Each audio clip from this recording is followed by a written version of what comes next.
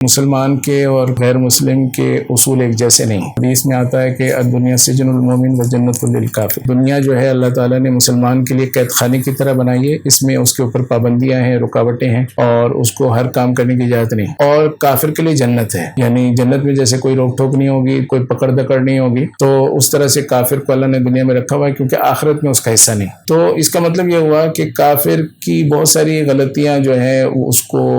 اللہ تعالیٰ توجہ نہیں دیتے، اس لیے کہ اس پر گرفت کر کے اسے عبرت دلوانا اور اس کو ٹھیک کروانا یہ گویا کہ اہداف میں نہیں۔ اس کے مقابلے میں مسلمان جو ہے اس کے اہداف میں یہ ہے کہ اس کو ٹھیک ہونا چاہیے۔ اس نے وعدہ کیا اللہ تعالیٰ سے،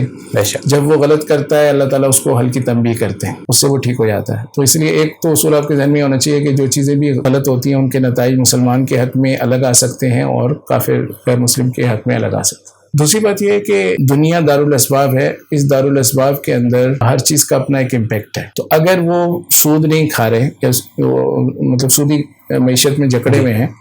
لیکن وہ ساتھ ہی ساتھ کرپشن نہیں کر رہے، ساتھ ہی ساتھ وہ پروفیشنلزم کا خیال کر رہے ہیں، ساتھ ہی ساتھ وہ ٹائم مینجمنٹ کا خیال کر رہے ہیں، ایک دوسرے کی عزت کا خیال کر رہے ہیں، ورکنگ ڈیز میں وہ کوئی اضافی اور لو کام نہیں کرتے، جب ان کی چھٹی ہوتی ہے اس میں وہ اپنی ساری کام کرتے ہیں الٹے سیدھے، لیکن ورکنگ ڈیز میں وہ کبھی بھی آفس آورز کے اندر ان کی کوئی آپ غلط بات محسوس نہیں کریں گے۔ تو ایز اے نیشن انہوں نے اپنے کچھ ڈسپلنس ایسے قائم کر لیے ہیں کہ جس کی وجہ سے، کیونکہ دنیا دارالاسباب ہے، اللہ تعالیٰ جو بھی محنت کرتا ہے دنیا کے لیے اللہ تعالیٰ اس کو وہ نتیجہ دیتے ہیں، کیونکہ اللہ تعالیٰ جیسے گاڑی ہے، پیٹرول ڈالتے ہیں اور اسٹارٹ کرتے ہیں تو چلتی ہے،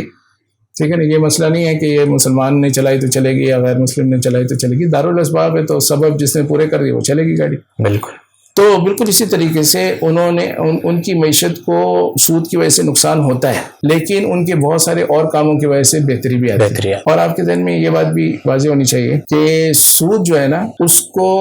جو اکنامکس پڑھاتے ہیں ظاہر غیر مسلم ہی ہوتے ہیں اکثر، وہ بھی معیشت کے لیے نقصان دہ مانتے ہیں، یعنی وہ اس کو یہ نہیں کہتے کہ سود اچھی چیز ہے، وہ کہتے ہیں کہ یہ انفلیشن کا باعث ہے، یہ نقصان کا ذریعہ ہے اور یہ معیشت کے لیے اچھی چیز نہیں ہے۔ البتہ وہ کیونکہ وحی سے محروم ہے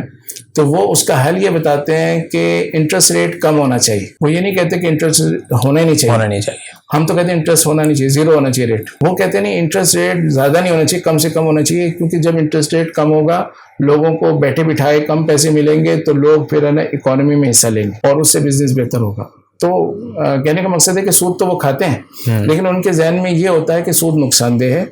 لہٰذا ہمیں سود کو کم سے کم کرنا ہے، اور اس کم سے کم کرنے کی وجہ سے وہ معیشت میں وہ جو نقصانات ہیں ان کو بھی کم کرنے میں کامیاب ہو جاتے ہیں۔ اور ہمارے یہاں مسئلہ یہ ہے کہ ہم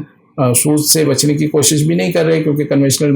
بینکنگ ابھی بھی زیادہ ہے، اور اس کے علاوہ ہمارے یہاں بہت ساری وہ چیزیں ڈسپلنس کی صحیح نہیں ہیں جو کہ ترقی کے لیے ضروری ہوتی ہیں۔ ترقی کے لیے صرف آپ کا مسلمان ہونا تو کافی نہیں ہے، آپ کا وقت پر اٹھنا، وقت پر کام کرنا، لوگوں کے ساتھ فیئر ڈیلنگ کرنا، کرپشن سے بچنا، بہت ساری چیزیں ہیں۔ تو جب آپ وہ ساری چیزیں نہیں کریں گے تو صرف سود سے بچنے کی وجہ سے بھی آپ ٹھیک نہیں ہو سکتے۔ تو اس لحاظ سے اس میں فرق ہے دونوں معاشروں کے اندر، اور اس کے نتیجے میں معیشت پہ بھی فرق پڑتا ہے۔